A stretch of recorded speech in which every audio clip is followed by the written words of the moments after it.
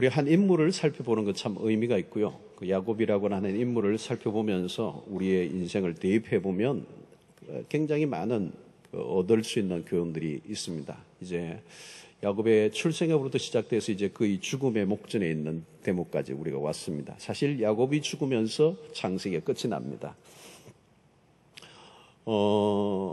여러분 이제 야곱이 나이가 들어서 죽게 되는데, 죽기 직전인데 한 사람의 그 생명이 수완이 다하는 이 장면을 우리가 목격하는 거죠. 사실 우리에게도 마찬가지입니다. 한 인생의 출생에 있었던 것처럼 죽음의 순간도 오는 겁니다. 죽음은 공평하죠. 누구나 예외 없이 이 죽음은 다가오게 되고, 이 죽음이라고 하는 실존 앞에 누구든지 서게 됩니다. 그 축복의 행위 자체는 죽음이 끝이 아니고 또 다른 생명을 낳고 또 다른 축복을 이어가는 행위에 있어서 죽음은 굉장히 중요한 의미를 갖고 있다. 그래서 죽음은 비극적 종말이 아니고 또 다른 축복의 시작이 된다. 이제 그런 의미를 오늘 야곱이 우리에게 설명해 주고 있습니다. 자, 우리는 야곱의 인생 가운데서 늘 이제 야곱이 늘 머리에 염두에 뒀던 것 가운데 하나가 축복이라는 단어입니다. blessing이라고 하는 것. 축복이라고 하는 그 축복 장자권을 그렇게 바꾸자 했던 이유도 하나님의 축복을 그가 갈망했기 때문에 그런 거죠. 이 하나님의 축복이라고 하는 건 뭘까요? 우리 인생의 어떤 여정 속에 우리 인간이 할 수 없는 어떤 영역들이 많이 있다는 걸 아는 거죠. 우리가 풀고 맺고 할 수 없는 이 땅에서 일어난 일이 아니고 어떤 힘을 가지고 절대적인 힘을 갖고 있는 지존자에 의해서 돌아가는 뭐가 있다는 거예요. 자, 오늘 이 야곱이 매우 쇠약해져 있고 이제 완전한 이제 기력이 쇠하여져 있는 노인 야곱을 우리가 대하게 되는데, 이 본문에서 이제 그의 생애가 얼마 남지 않았고 병들이 있다는 소식을 듣고 그의 아들 요셉이 애굽에서 만난 여인과의 난 이 두 아들이 있는데, 그 아들이 므낫세와 에브라임이라고 하는 두 아들입니다. 이 두 아들을 데리고 야곱에게 왔는데 그 이유가 목적이 뭐냐면, 이제 아버지가 기진하여 얼마 남지 않은 이때에 빨리 이 두 아들에게 아버지로부터 축복을 받기를 원한 것입니다. 사실 이게 손을 얹고 축복 기도하는 것이 이 유래 시초가 바로 이 48장에 나옵니다. 자, 아버지가 야곱이 요셉이 두 아들을 데려왔다는 이 소식을 듣고 기력이 쇠하여졌는데 아버지가 힘을 다하여 침상에서 일어나는 장면이 바로 48장 앞부분입니다. 너무 반가웠던 거죠. 오랜 세월 동안 사실 만나지 못했던 그 사랑했던 그 요셉. 근데 그 아들까지 데리고 왔으니 아버지가 이 노구에 쇠잔에 있지만 힘을 내어서 기쁨으로 이제 일어나서 그 두 아들을 축복하기를 원하는 겁니다. 그런데 요셉이 이 아버지의 축복을 받게 하기 위해서 이 두 아들을 앉히는데, 그 아버지 앞에 어떻게 앉히느냐 하면 큰 아들 장자인 이 므낫세를 야곱의 오른팔 앞에 앉히는 거, 오른쪽에 앉히고 그리고 에브라임을 왼쪽에 앉혔습니다. 왜? 장자에게 오른손이 올라가도록 그렇게 배치를 하고 요셉이 두 아들을 야곱 앞에 앉힌 장면이 오늘 본문에 나옵니다. 자, 그런데 여러분, 이 오른손이 장자에게 올려지도록 하는 이 오른손이 굉장히 중요한 의미가 있습니다. 성경에서 이 오른손이라고 하는 것은 굉장히 특별한 의미가 있는 것입니다. 그리고 하나님의 능력이나 하나님의 그 어떤 역사에 늘 오른손을 얘기하는 거예요. 오른손을 하나님의 능력의 상징으로 보는 것입니다. 그런데 이런 그림을 유명한 이 렘브란트가 이 장면을, 그림을 아주 의미있게 묘사한 그림도 있습니다만은 이상한 일이 일어난 겁니다. 아버지 야곱이 갑자기 이제 그 축복을 하려고 하는데 팔을 들고 막바로 이게 팔이 엇바뀌어지는 것입니다. 갑자기 엇바뀌어져서 오른손이 차자인 에브라임이 올라가는 거예요. 그리고 장자라고 얘기했던 므낫세는 왼손이 올라가는 겁니다. 아니, 이렇게 하셔야 되는데 이렇게 돼버린 거예요. 갑자기 야곱이 이렇게 손을 엇바꿔 버린 것입니다. 지금 야곱은 눈이 어두워 있어요. 눈이 어두워져서 사실 사람을 분별할 수 없을 만큼 눈이 굉장히 어두워져 있는 상태입니다. 그래서 요셉이 당장 당황해서 아버지, 뭐가 잘못된 것 같습니다. 오른손을 빨리 장자인 므낫세 위로 바꾸려고 부탁을 한 거죠. 그때 오늘 19절을 보면 야곱이 얘기를 해요. 아버지 뭔가 잘못됐습니다라고 요셉이 얘기하는데 야곱이 나도 안다. I know it. My son, I know it. 두 번 얘기해요. 나도 알고 있거든. 그러니까 착각한 게 아니라는 거예요. 실수로 한 게 아니에요. 뭔가 몰라서 분별력을 잊고 한 것이 아니고 야곱이 지금 알고 있는 거예요. 이건 뭡니까? 의도적으로 행한 것입니다. 매우 중요한 대목이에요. 그냥 손을 어거지게 한 게 아니라는 거예요. 임의로 한 게 아니에요. 이것은 하나님이 하게 하신 거죠. 하나님이 하신 거예요. 그래서 자기의 고집대로 살아왔던 야곱이 이제 자신의 고집을 끊고 하나님의 섭리와 하나님의 뜻을 이해하고 이제 기도하는 이 순간 하나님이 자기를 이끄시는 것을 느끼면서 손이 한순간 어거지게 된 것입니다. 자, 여러분, 야곱이 차자인 에브라임에게 오른손을 올려 축복한 사건은 우연이 아니고 의미심장한 일입니다. 여러분, 이스라엘의 전통은 장자에게 축복을 하는 것이죠. 이것은 굉장히 특별한 의미가 있는 것입니다. 장자의 축복을 받는 것. 야곱이 그처럼 형을 속이고 아버지를 속이면서까지 받으려고 했던 그 장자권이, 이게 굉장히 이스라엘의 전통이 중요한 것이고, 그 장자에게 내려졌던 그 축복을 통하여 영적인 계승이 이어지고 영적 계보가 서지게 되는 것입니다. 그런데 오늘 이 순간에 지금 갑자기 야곱의 손이 어긋나게 되므로 오른손이 차자인 에브라임의 머리 위에 얹게 됨으로 말미암아 무슨 일이 지금 일어나게 되느냐 하면 첫째가 둘째가 돼버리고 둘째가 첫째가 돼버린 사건이 일어난 것입니다. 이상한 일이 일어난 거예요. 사회적인 기준, 전통, 관례, 상식, 그게 깨져버린 거예요. 한순간. 지금 이 야곱이 의외의 사건이 일어난 겁니다. 손이 어긋져버린 것입니다. 이해할 수 없는 사건인 거죠. 하나님의 길은 우리의 길과 다르고 하나님의 생각은 우리의 생각과 달라요. 그래서 우리가 보기에는 하나님이 하시는 일이 엉뚱해 보이고 의외의 사건처럼 보일 때가 있습니다. 누가 보아도 므낫세가 장자예요. 그러나 하나님은 차자에게 장자의 자격을 부여해버렸어요. 결국 이것을 통하여 두 사람의 운명이 바뀌게 됩니다. 자, 우리는 여기에서 여러분 복음을 만납니다. 복음. 여기에 십자가가 있어요. 여러분, 이 엇갈린 손을 통하여 십자가가 있어요. 그 안에 십자가의 원리가 있어요. 여러분, 십자가의 복음은 모든 것을 바꿉니다. 십자가가 바로 엇갈린 손을 상징해 주는 거예요. 므낫세가 당연히 장자의 축복을 기대하고 에브라임은 자기가 엄연히 찾아요. 장자의 몫은 자기가 아니라고 여겼을 것입니다. 그런데 그런 생각이 깨어져 버린 것입니다.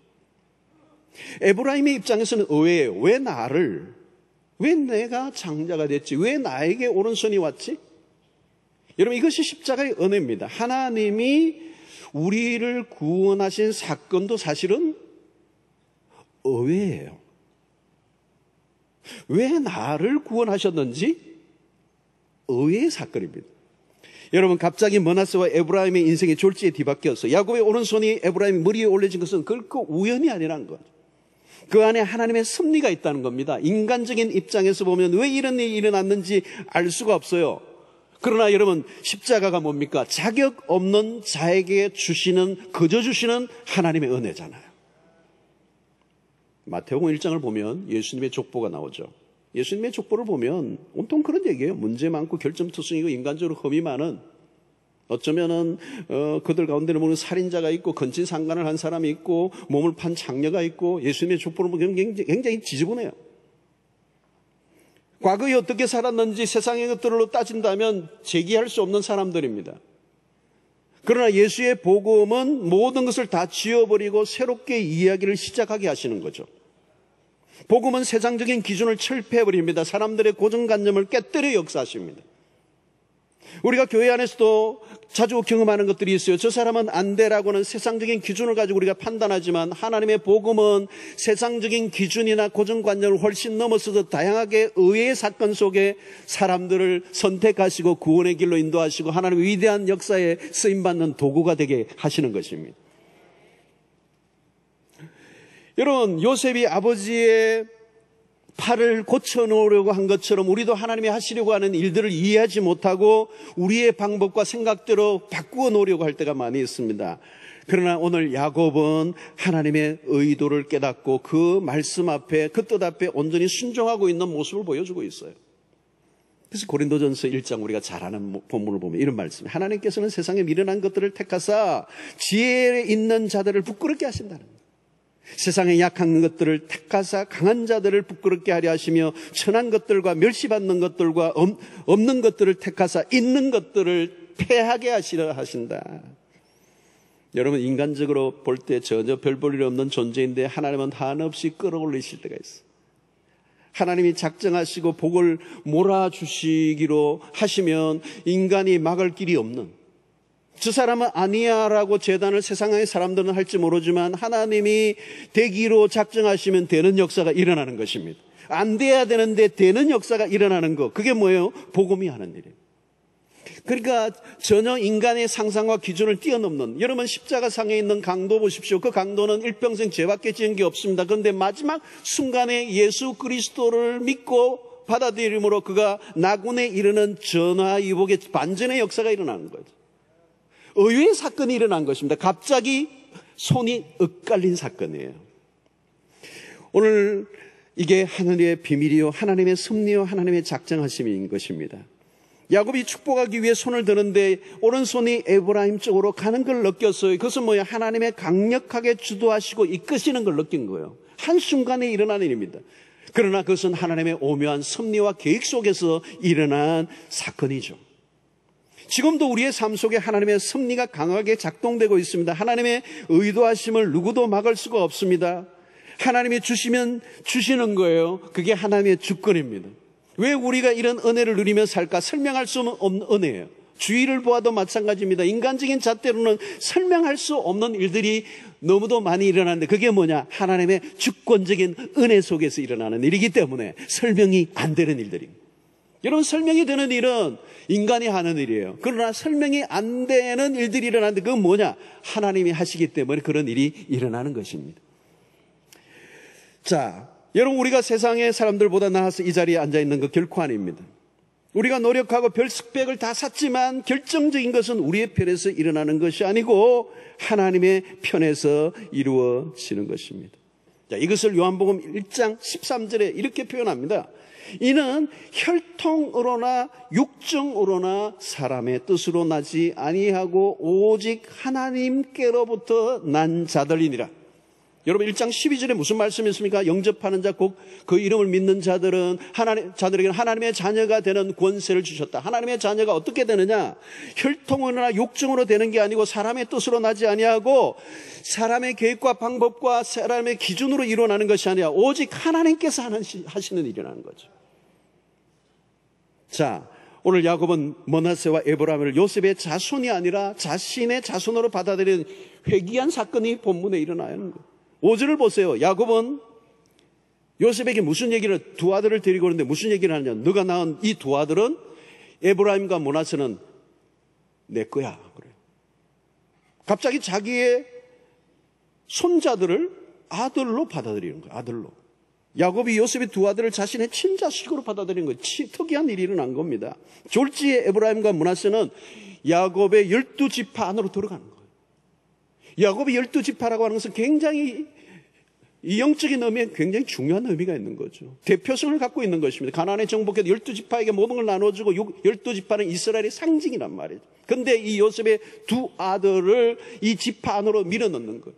갑자기 에브라임과 므낫세는 학렬이 확 한 단계 뛰어버린, 삼촌과 같은 학렬이 되어버린 것입니다. 여러분, 이것은 뭘까요? 새로운 질서를 만들어낸 거죠. 새로운 질서. 이 독특한 하나님의 은혜, 하나님의 나라에서 세상적인 서열들이 뒤바뀌는 일들, 세상의 질서를 넘어뜨리는 새로운 하나님의 어떤 질서를 만드시고 하나님의 사람들을 세우시는 모습을 보여주는 것입니다. 세상적으로 보잘것없는 사람들인데 하나님의 나라에서는 서열을 완전히 다른 것들로 바꿔버리셨어요. 자, 야곱은 요셉에게 축복하면서 일종의 놀라운 하나의 고백을 해요. 그게 15절 16절의 말씀인데요. 우리 한번 함께 읽어보도록 하겠습니다. 시작.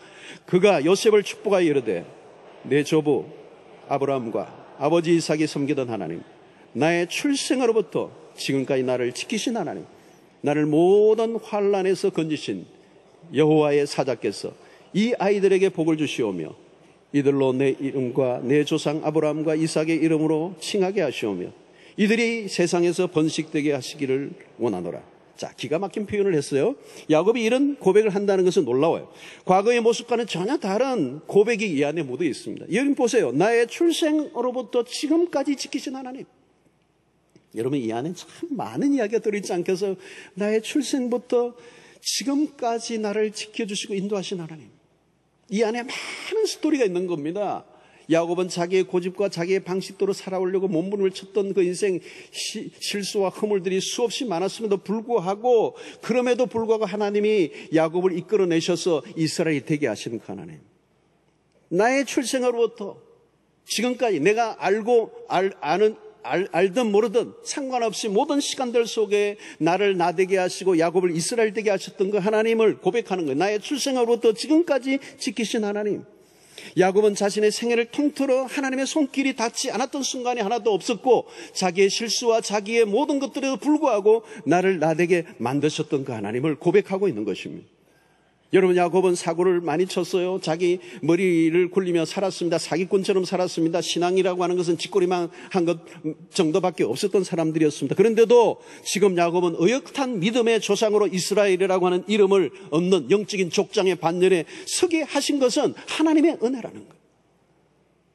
그런 자신이 하나님을 불신실하게 섬겼고 지은 죄가 많지만, 부족하지만, 인간적으로 약점이 많지만 하나님의 자기를 지켜주시고 그의 모든 환난으로부터 지켜주셨던 그 하나님, 야곱은 이제 그 하나님이 누구인가를 분명히 알고 그 하나님의 주권과 섭리 속에 자기 인생이 왔다는 것을 알고 그 하나님의 이름으로 그 자손을 축복하는 거예요.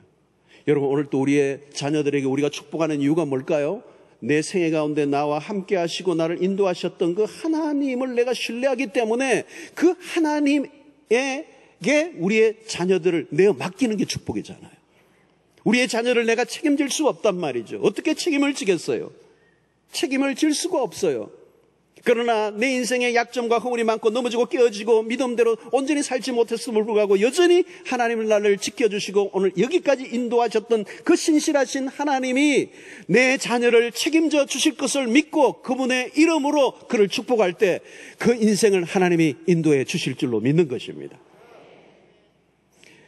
그러므로 야곱은 이제 그 하나님의 절대적인 손길을 신뢰하고 요셉과 그의 후손들을 축복합니다. 그래서 야곱의 축복은 그 축복 자체가 중요한 게 아니라 그 축복을 내리시는 분이 누구인가를 그가 알고 있는 게 중요한 거예요. 우리의 출생에서부터 시작하여 우리의 죽고 사는 것, 인생에 펴지고 오그라지는 것, 모든 것이 높아지고 낮아지고 모든 축복과 저주가 하나님의 손 안에 있는 것입니다. 우리의 인생에 영향을 끼치는 것들은 하나님 외에 없다는 얘기예요. 모든 것은 하나님에 의해 결정되는 것입니다. 우리가 그것을 알아야 됩니다. 야곱의 축복을 통해 우리에게 주시는 메시지입니다. 우리의 운명은 우리에 의해서 결정되는 것이 아니고 다른 사람에 의해서 결정되는 게 아니고 불행한 일에 의해서 결정되는 게 아니고 하나님에 의해서만 결정이 된다는 거죠.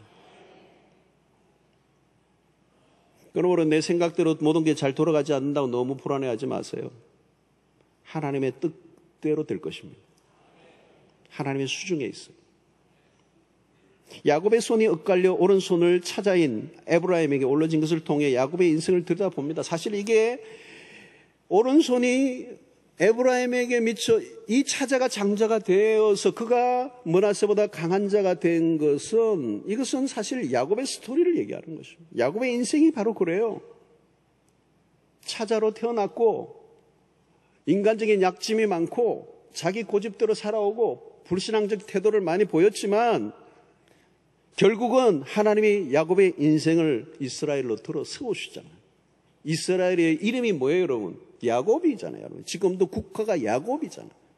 야곱의 12지파를 통해 이스라엘의 역사를 펴나가시고 이 영적인 오늘 우리 하나님의 백성들이 이스라엘의 후손이 된 거예요. 영적인 혈통을 이어받는 자가 된 것입니다. 그 이스라엘 이름으로부터 온 것입니다. 왜? 너무도 연약하고 실수가 많고 문제가 많은 그 야곱을 야곱으로 살지 않게 하시고 이스라엘을 바꿔놓으신 그 하나님, 그것을 우리가 인정하는 것입니다. 자, 오늘 여러분, 우리가 하나님의 오늘 자녀가 되었다면 하나님이 우리를 축복하시고 작정된 사람들인 줄로 믿습니다.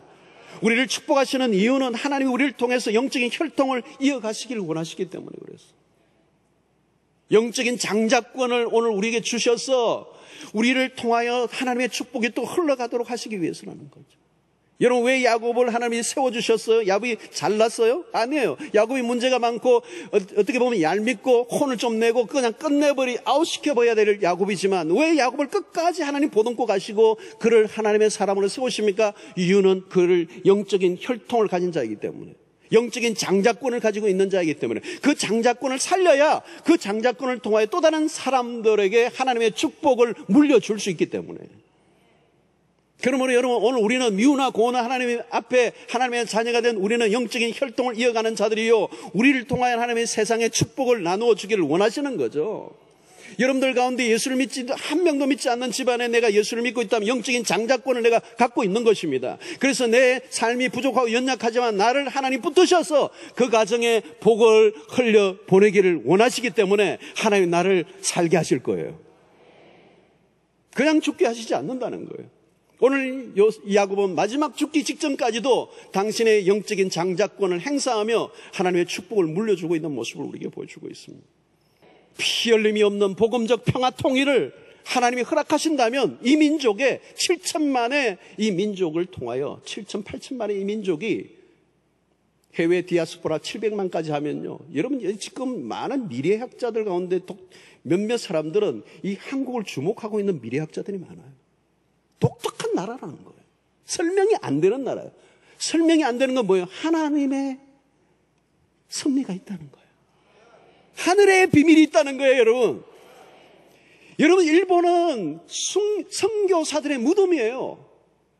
서구의 선교사가 어마어마하게 한국과는 비교도 할 수 없이 쏟아부은 나라예요. 그런데 지금 1%도 안 돼요, 여러분. 하나님이 어찌하여 이 민족 가운데 이 놀라운 은혜를 부어주셨느냐. 지금 한국교회 말이 많지만 여전히 하나님은 이 민족 가운데 뭔가가 있어요. 그게 통일의 문제가 있어요. 통일의 문제. 하나님이 어떤 일을 우리 민족 가운데 행하실지 몰라요. 지금도 첨예한 지금 전쟁의 전운이 달고 있지만 이 속에 인간이 무슨 짓을 다 한다 할지라도, 김정은이가 어떤 일을 한다 할지라도 사람에 의해서 역사가 움직이는 게 아니고 하나님의 주권적인 손길 속에 돌아가게 될 줄로 믿습니다. 하나님이 일하시고 계세요. 어찌하여 에브라임이 갑자기 야곱의 손이 엇갈려졌느냐 말이죠. 의외의 사건이에요. 예상치 못했던 일이 나요. 아무도 인간적인 기준과 관습과 전통으로 보면 생각하지 못하는 일이 일어났어요. 오늘 한반도 우리 민족에 그런 일이 일어났어요. 저희 집안에 그런 일이 일어났어요. 여러분들의 삶에 그런 일이 일어났어요. 그것이 하나님의 엇갈린 손이요, 그게 복음이요, 복음은 한순간에 우리의 삶을 반전시키는 위대한 역사가 일어나게 되는 것입니다. 야곱이 인간적인 허물이 있고 그의 실수가 있고 그랬음에도 불구하고 야곱을 야곱되게 하신 하나님, 그가 그의 모든 죄에도 불구하고 안 되게 하시며 마침내 무릎 꿇게 하시는 그 하나님은 오늘도 우리 가운데서 일하고 계시고, 성경의 전체적인 그 맥락 속에 거대한 주제는 하나님의 주권적 은혜 속에 하나님이 일하고 계실 때, 우리가 그 삶 속에 들어가 있고 그 안에 있을 때 우리의 삶은 하나님 안에서 안전하고 하나님 안에서 승리할 것이고 하나님 안에서 우리를 마침내 하나님의 거룩한 도구로 사용하시는 영적인 장자권을 행사하도록 우리를 사용하시는 그 은혜가 여러분들의 개인의 삶과 가정과 우리 민족 가운데 있게 되기를 주의 이름으로 축원합니다.